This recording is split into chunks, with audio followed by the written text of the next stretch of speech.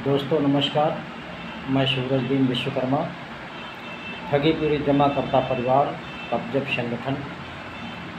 साथियों, आज 3 अगस्त 2024 में आपके बीच में फिर उपस्थित हूँ। आज बहुत ही खास वीडियो है। वीडियो को पूरा सुनेंगे तभी समझ में आएगा। और आज के इस खास एपिसोड में आप सभी का स्वागत है। और जो भी साथी इस YouTube चैनल को सब्सक्राइब कर देंगे, बेल आइकन की बटन को दबा देंगे, लाइक कर देंगे, कमेंट कर देंगे और ज़्यादा से ज़्यादा शेयर कर देंगे, उनको भुगतान संबंधी जानकारी प्राप्त हो जाएगी। उनका भुगतान कैसे मिलेगा ये उनको पता चल जाएगा, लेकिन ये काम कर लेंगे तब। तो साथियों, वीडियो को ध्यानपूर्वक सुनिएगा, हमारे कार्यकर्ता बंधु अवश्य सुनेंगे। जैसा कि आप लोग देख रहे हैं कि चिटफंड कंपनियों का भुगतान न होने की दशा में तमाम तरह के उतार चढ़ाव देखे गए। बहुत से हमारे साथी कोर्ट चले गए, कुछ सरकार के पास गए, तमाम लोगों ने धरना प्रदर्शन भी किया आंशिक रूप से। और उसका नतीजा भी आया।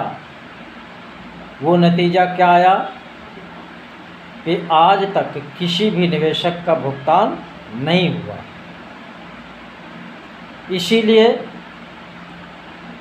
इस भारतवर्ष में ठगी पीड़ित जमाकर्ता परिवार का जन्म हुआ, जिसके जन्मदाता मदन लाल आज़ाद जी हैं, जिनको कानून का बहुत अच्छा ज्ञान है और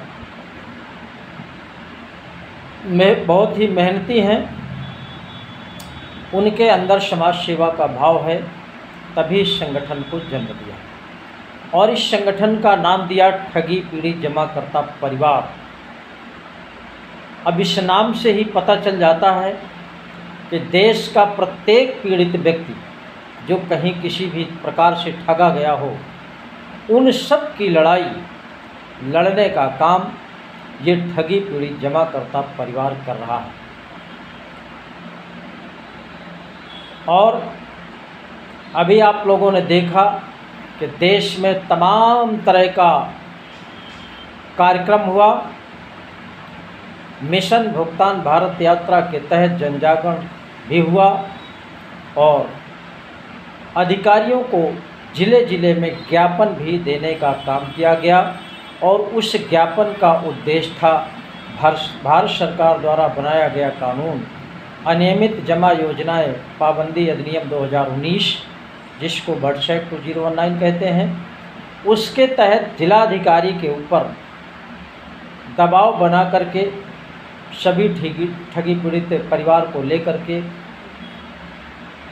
तमाम जिलों में भुगतान आवेदन के काउंटर भी खुले।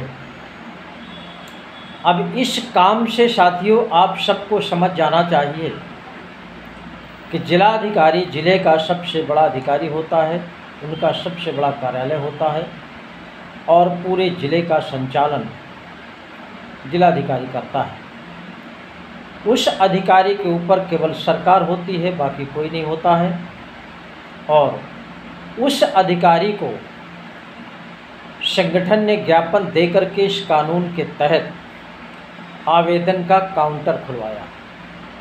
भारतवर्ष का इतिहास है, भारतवर्ष का ये पहला संगठन है ठगी पीड़ित जमाकर्ता परिवार कि जिसने कानून के तहत जिले के जिलाधिकारी को दबाव में लेकर के भुगतान आवेदन के काउंटर खुलवाए। लाइन लगा करके प्रत्येक कंपनी के प्रत्येक निवेशक का आवेदन हुआ और आज भी लगातार हो रहा है। और तमाम प्रदेशों में तो पोर्टल जारी कर दिया गया। जैसे उत्तर प्रदेश में पोर्टल जारी हुआ सरकार की तरफ से दबाव में कि भीड़ लगने लगी अधिकारियों के यहाँ, तमाम कर्मचारी उनको अपना काम छोड़ करके आवेदन में लगाना पड़ा। इसलिए उत्तर प्रदेश की सरकार ने जो प्रदेश स्तर का कानून है PID एक्ट 2016, जिसको जमाकर्ता हित संरक्षण अधिनियम 2016 कहते हैं, वो भी भुगतान के ही लिए है। उसके तहत उत्तर प्रदेश सरकार ने पोर्टल जारी कर दिया। जबकि संगठन की मांग क्या थी? संगठन का मांग था कि जो सेंट्रल गवर्नमेंट ने बनाया है कानून, जो पूरे देश में लागू होता है, पूरे देश के निवेशकों को भुगतान करेगा, गारंटी वाला कानून है बर्ड्स एक्ट 2019, उसको न लागू करके, उसके तहत पोर्टल न जारी करके प्रदेश स्तर के कानून पर पोर्टल जारी कर दिया। उसमें भी तमाम लोगों ने आवेदन किया। खैर ठीक है, उन्होंने प्रदेश स्तर से अपने स्तर से किया, अच्छी बात है। लेकिन ये तमाम कार्रवाइयों के बाद अभी तक किसी एक भी निवेशक का भुगतान किसी भी प्रदेश की सरकार ने नहीं किया, न PID एक्ट के तहत, न बर्ड्स एक्ट 2019 के तहत। ये सबसे बड़ा दुख का कारण है। और ढेर सारे संगठन हैं हमारे भारतवर्ष में, तरह तरह से, सबका उद्देश्य अलग अलग है और अपने अपने स्तर से वो भी संघर्ष कर रहे हैं। उनके मन में क्या है ये वो जानते हैं, हम किसी की खिलाफत नहीं करते। उद्देश्य के बारे में अगर बताया जाए तो भारतवर्ष का कोई एक ऐसा संगठन नहीं है जिन्होंने किसी ज़िले में अपने संगठन के माध्यम से कहीं कोई काउंटर खुलवाया हो, किसी एक भी निवेशक का आवेदन कराया हो। इस तरह का कोई भी किसी संगठन के पास रिकॉर्ड नहीं है। भारतवर्ष का मात्र एकलौता संगठन है ठगी पीड़ित जमाकर्ता परिवार, कि कानून के तहत संघर्ष करके जो एक विधि तरीका है, विधिसम्मत तरीका है, उसके तहत संघर्ष करके आप लोगों ने अभी देखा होगा। ये खैर कोई पहला कार्यक्रम नहीं है दिल्ली के जंतर मंतर में, इसके पहले तमाम कार्यक्रम हो गए। लेकिन अब आगे की जो रूपरेखा बनी है वो 1 सितंबर 2023 से अनवरत आंदोलन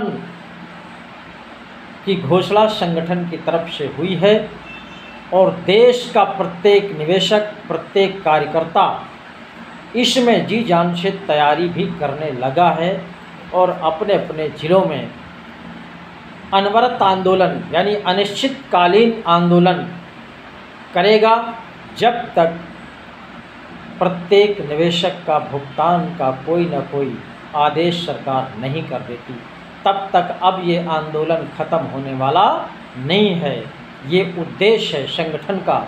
और मैं आपको एक सुझाव देना चाहता हूँ कि तमाम ज़िलों की परिस्थितियाँ कुछ अलग अलग हैं और कुछ कंपनियां कुछ ज़िलों में दूसरी तरह की हैं, वहाँ संख्या भी कम हो सकती है। और कुछ कंपनियां कहीं कहीं बहुत ही ज़ोरदारी से हैं किसी किसी ज़िले में। आप लोग अपने ज़िले स्तर से जो आंदोलनकारी पदाधिकारी होंगे, कार्यकर्ता होंगे, उनके लिए मैं बोल रहा हूँ, एक उद्देश्य होना चाहिए आंदोलन का। जब कोई किसी अधिकारी की आपके ऊपर नज़र पड़ेगी कि यह आंदोलन भुगतान के लिए हो रहा है, तो कोई न कोई अधिकारी आपके पास आएगा। उसके पहले आप लोग पॉइंट वाइज नियमता है जितनी भी समस्याएं हैं, नंबर 1 पे भुगतान की बात रखिए। दूसरा, जो भी कंपनी से रिलेटेड कार्यकर्ता हैं, एजेंट साथी, उन पर किसी भी तरह की कोई कार्रवाई न हो और इन तमाम ऐसे मासूम कार्यकर्ताओं के ऊपर जो अवैध ढंग से मुकदमे लगाए गए हैं उनको वापस लिया जाए।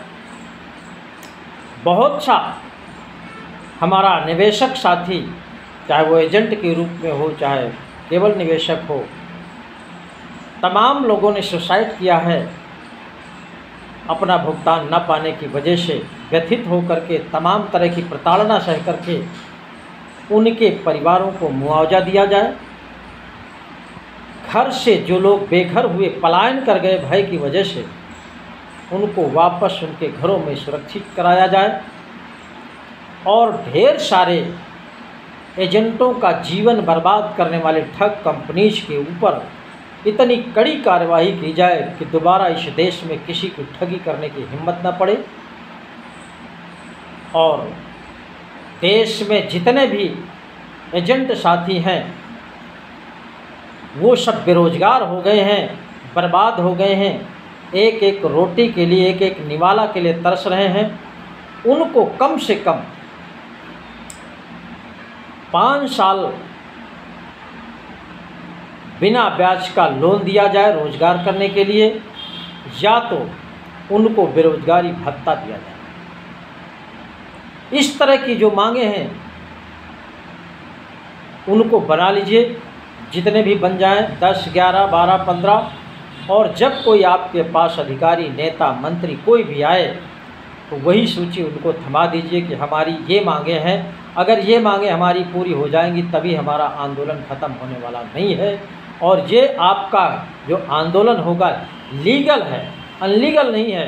कहीं से भयभीत नहीं होना, डरना नहीं है, दबना नहीं है। चाहे जितना बड़ा अधिकारी आ जाए, फोर्स क्यों ना आ जाए, आपको डट करके सामना करना है, क्योंकि आपकी गाढ़ी कमाई फंसी हुई है और वो सरकार के पास है।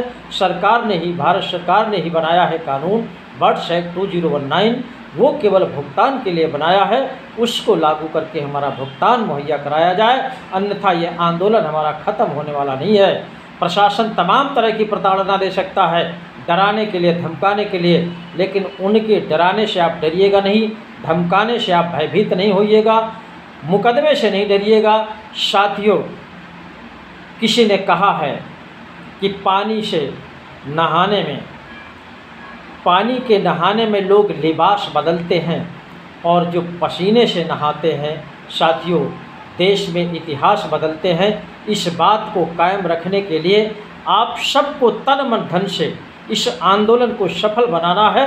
और आंदोलन के लिए साथियों मैं आपको बता दूं, कोई ज़रूरी नहीं कि आपके पास 5000 आदमी हो।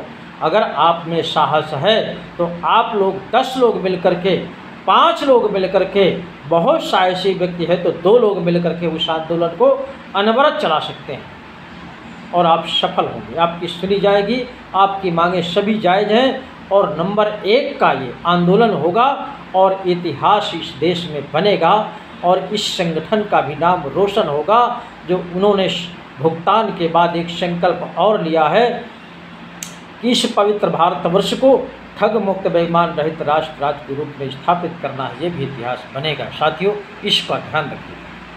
पुनः इस बार सब्सक्राइब कर देना, लाइक कर देना।